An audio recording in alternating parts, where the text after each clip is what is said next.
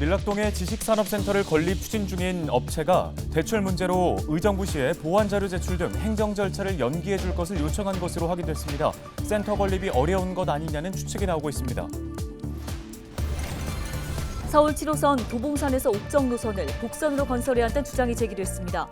안전사고를 막고 운영 효율을 높이기 위해선 건설 공사를 중단하는 한이 있더라도 반드시 복선화가 필요하다는 지적이 나옵니다. 난방비 급등에 서민들의 어려움이 커지고 있는데요. 포천시가 취약계층을 대상으로 난방비 긴급 지원에 나섭니다. 수많은 사상자를 낸 튀르키예 지진, 강한 지진을 집 안에서 느낀다면 어느 정도의 위력일지 실험을 통해 살펴봤습니다.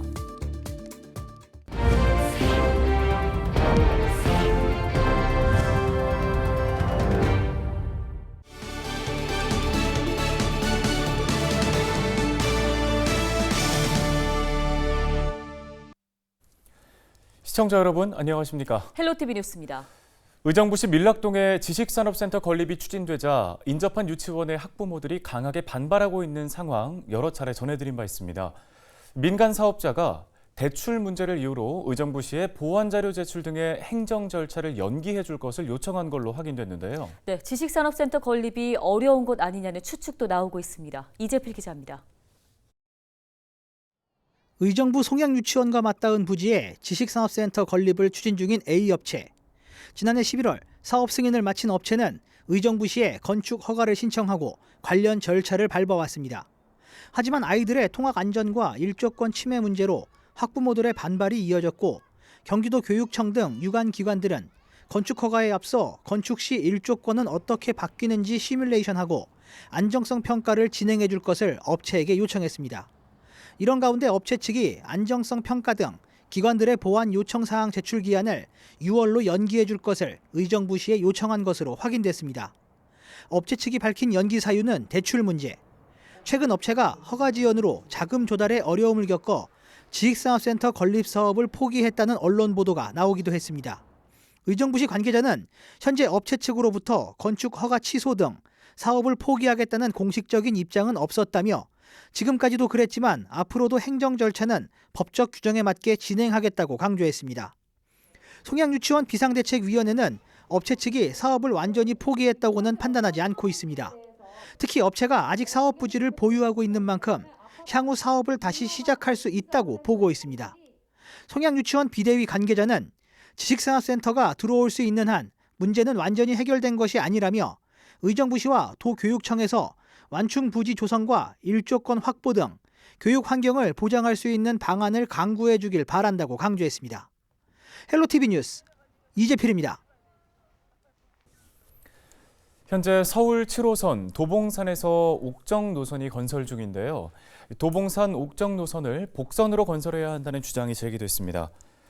지난 10일 의정부 철도정책자문단의 제5차 자문회의가 열렸는데요.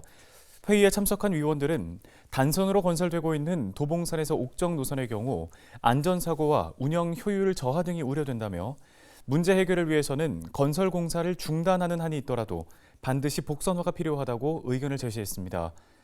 이외에도 자문단은 수소 전기열차, 트램 등 교외선의 친환경 교통수단 적용 방안 등에 대해서도 논의했습니다. 동두천시가 13일 시청 시장실에서 재생병원 조기 개원 및 의과대학 설립 추진을 위한 간담회를 개최했습니다. 이번 간담회에는 박형덕 동두천시장과 윤은도 대진대학교 이사장, 김재목 대진의료재단 이사장 등 관계자들이 참석했는데요. 간담회에서는 재생병원 조기 개원과 대진대 의과대학 설립을 위한 상호 협력 방안 등을 논의했습니다.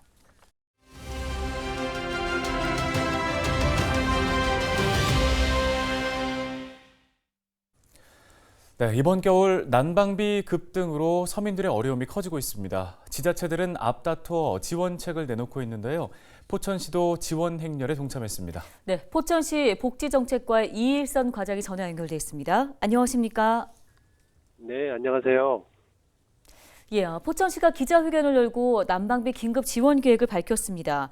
정부와 경기도 지원에서 그치지 않고 이렇게 시가 나선 이유 있을 것 같은데요. 어떤가요? 네, 최근에 난방비 폭등과 유난히 한파가 지속된 날이 많아지면서 어려우신 분들의 고충이 가중되었습니다. 이에 따라 정부와 경기도에서는 에너지 바우처 확대와 기초수급 노인, 장애인 가구에 난방 20만 원 등을 지원하였습니다. 그러나 정부와 경기도의 지원에서 제외된 상당수의 기초수급자와 차상위 계층은 급등한 난방비를 생활비에서 부담해야 하는 어려운 처지에 놓여 있습니다. 간혹 읍면동 행정복지센터에 고지서를 들고 방문하시어 하소연하는 분들도 있었다고 합니다. 이에 따라 포천시에서는 난방 취약계층에 대하여 난방비를 긴급 지원하기로 결정하였습니다. 네, 누구에게 얼마의 지원이 이뤄지는지 궁금한데요. 지원 대상은 어떻게 됩니까? 네, 기초생활보장 수급자와 한부모 세대를 포함한 차상위 계층 6,781가구가 지원 대상이며 가구당 2개월분 20만 원을 지원하기로 결정하였습니다. 지원 금액은 경기도에서 기초수급 노인, 장애인 가구에 지원하는 금액과 동일하게 결정하였습니다.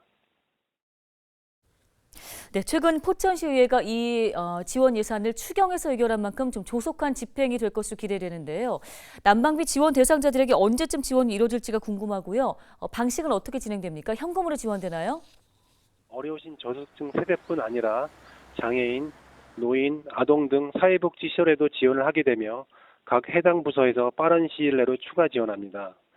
이를 위해 포천시의회와 긴밀하게 협의를 하였고 포천시 저소득 주민의 생활안정지원조례를 의원 공동 발의하여 2월 9일자 포천시의회에서 의결 처리하였습니다.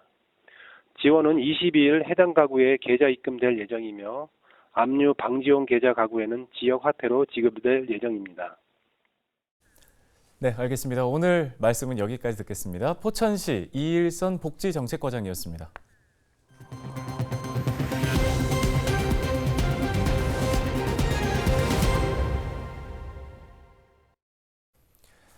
수많은 사상자를 내고 있는 튀르키예 지진은 규모 7.8, 7.5의 강진이었습니다. 이렇게 강한 지진을 집안에서 실제로 느낀다면 어느 정도의 위력일까요? 네, 가구는 힘없이 무너지고 사람은 몸을 가누기조차가 어려웠습니다. 영상으로 확인해 보겠습니다.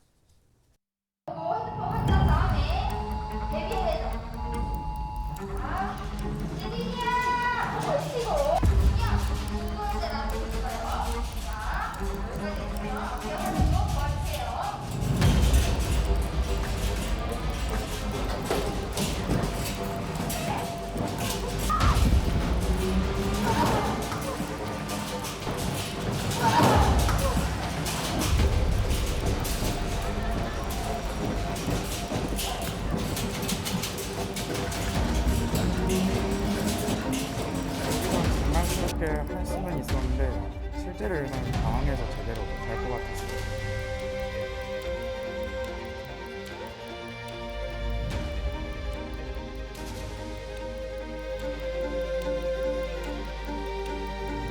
내가 설마 우리가 이런 생각을 많이 갖고 계신데요.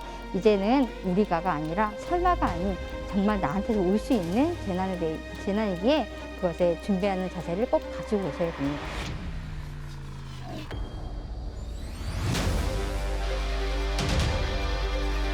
지진이 일어나면 딱딱한 테이블이 탁자 아래에 들어가서 테이블을 잡고 테이블이 밀려서 떨어져 나가지 않도록 테이블을 잡고 몸을 보호하셔야 됩니다.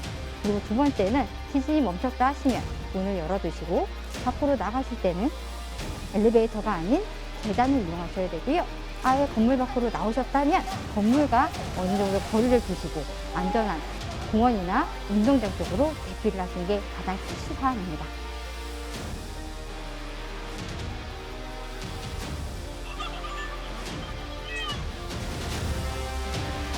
이게 안전한 나라가 아니기 때문에 우리 이런 행동 내용을 필수적으로 알고 계시고 우리 즉각적으로 대처할 수 있도록 저희 이렇게 안전체험관 같은 곳에 오셔서 직접 체험해 보시는 기회를 많이 가지셨으면 좋겠습니다.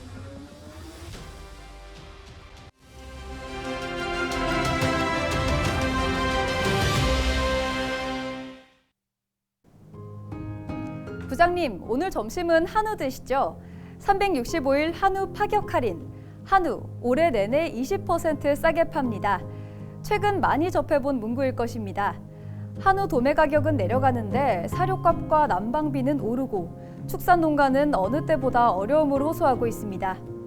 올해 한우 사육 마리수는 358만 두로 역대 최고치. 그러다 보니 이번 설 한우 도매 가격은 20%나 하락했습니다. 1년 새 속값도 최대 30%까지 급락했습니다. 그런데 정작 소매 가격에선 차이가 없었습니다. 유통비를 포함한 소매 가격 구조상 도매 가격이 하락한 만큼 소비자 가격엔 반영되지 않기 때문입니다. 여기에 고물가 고환율에 얼어붙은 소비 시장도 한우 소비에 영향을 미쳤습니다. 이렇게 나온 정부 대안이 바로 촉진 행사입니다. 한우 도매 가격 안정을 위해 전국 평균 가격보다 20% 싼 가격에 한우를 할인 판매하는 행사로 농협 하나로마트 전국 980곳에서 1년 내내 진행됩니다. 한우 소비 비수기인 2월에서 3월, 6월에서 7월, 10월에서 12월엔 더 싸게 한우를 파는 이른바 소프라이즈 한우 할인도 실시됩니다.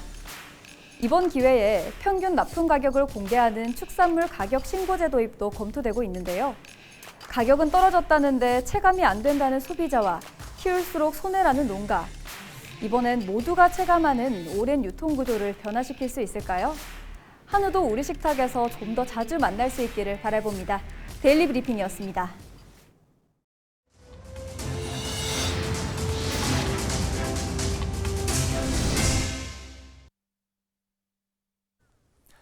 오늘 저희 헬로티비 뉴스가 준비한 소식은 여기까지입니다. 네, 시청해주신 여러분 고맙습니다.